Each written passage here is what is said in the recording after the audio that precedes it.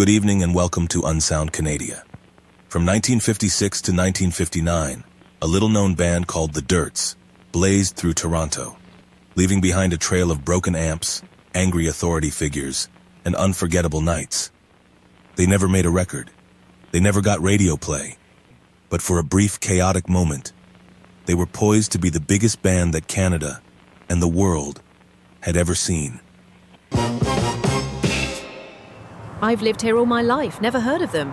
Are they from Regent Park? Is that like a punk revival thing? The Dirts? That a grunge band or something? Shit, the 50s? Nah, man. I'm old, but not that old. Oh, yeah. That was my dad's favorite band. He had this crazy bootleg recording. Oh, no way. Does he still have it? What's that? No.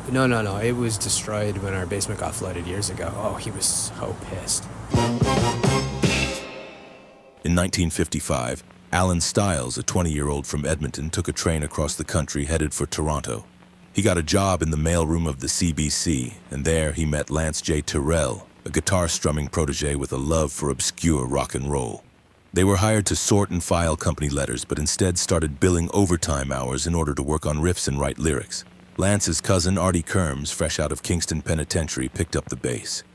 His childhood friend Ryan Kinnis, a used car salesman, filled out the lineup on drums. Ryan was recently divorced and had won the house in the settlement.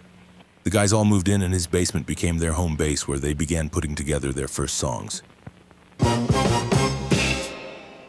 That first show was like nothing I had ever seen before. It was a complete deconstruction. I mean, people threw bottles at them. Some ran out of the venue violently ill. I signed them immediately. In 1956, Tess Sterling was working as a secretary to head of the CBC, Arnold Dunton. Previously, she had studied business management at McGill University and had developed a keen interest in the Canadian music business. In America, there were these music giants like Bill Haley and the Comets, James Brown, and of course Elvis, but in Canada, well, there wasn't much of anything, just some corny barbershop groups. Embarrassing, really. After seeing great potential in the Dirts, Tess set a plan in motion to convince her boss to give the band a major push through a nationwide CBC broadcast. I had this grand vision of the Dirts performing live on the CBC in all the homes across the country. It felt a bit dangerous, but I was convinced that the band could have a massive cultural impact. She scheduled the band in to record a mock TV appearance that would serve as the final pitch to Dunton. Tess, the band, and a ragtag crew of interns spent the next 48 hours crafting what would become infamously known as the Lost Tape. Ah, yes, the Lost Tape. It's a bit of a mythical unicorn in my circles. An interesting history, quite tragic, actually. Some people say it's cursed. It was last seen the day after the incident when Dunton ordered all materials related to the Dirts taken to the incinerator in the basement of the CBC. You spoke of the incident. Could you tell us what happened that night? Certainly. So what happened was... The finished tape was handed off to Dunton. That night at home, he excitedly gathered his family for a premiere viewing. But what happened next, nobody could have predicted.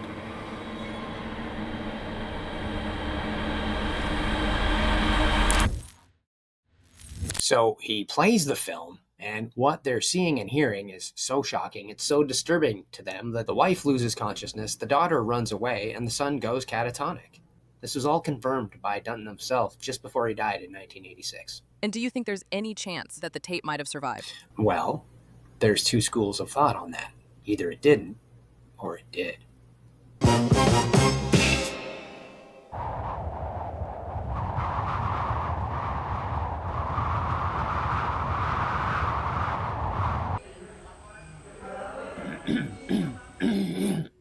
Did you want me to say it to him? Oh, shit. So, my name's Lance. My name's Lance, and I used to play in a band called the Dirts.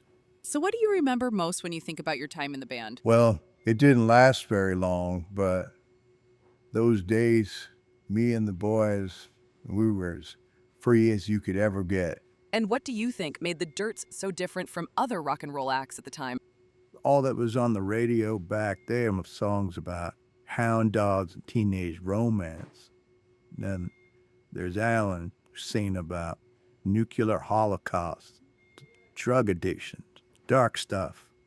Nobody sang about that stuff back then. Alan's lyrics were indeed too much for the times. He was the constant target of religious and community groups.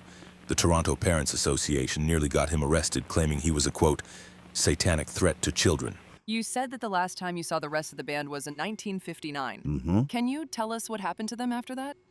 Well, last I heard was... In 1961, Artie was sentenced to life in prison for selling engine blueprints of the Canadian-made CF-105 fighter jet to the KGB. Set to be released on parole from Kingston Penitentiary in March of 1982, he died the night before his release. Cause of death remains unknown. Ryan got swept up into the bodybuilding craze of the 60s and turned semi-pro after winning the Mr. Ontario competition in 1965. He made a small fortune selling neon-colored fanny packs through the 80s, but went bankrupt in the early 90s. In 1995, Ryan was found unresponsive after a bench press accident in his basement. He was pronounced dead at the scene. And as for Alan, he seemed to have vanished into thin air. Nobody knows what happened to him. In your own words, what are your final thoughts on the band's legacy? Well, a lot of people said we were ahead of our time, but I guess time just ran the other way. And what about the lost tape? Do you think it will ever be found? This whole tape ain't never been lost. I got it right here. Oh my God. And so, in a stunning turn of events, the lost tape has finally been recovered. Shortly after removing the tape from his body cavity, where he had stored it for all those years, Lance unfortunately succumbed to medical complications and passed on. We are deeply moved by his sacrifice and bravery in keeping safe and preserving this incredibly important piece of Canadian cultural history. And so tonight, dear viewers, we are humbled and honored to present to you the first ever broadcast of The Dirts, live from the CBC. This is the CBC Television Network.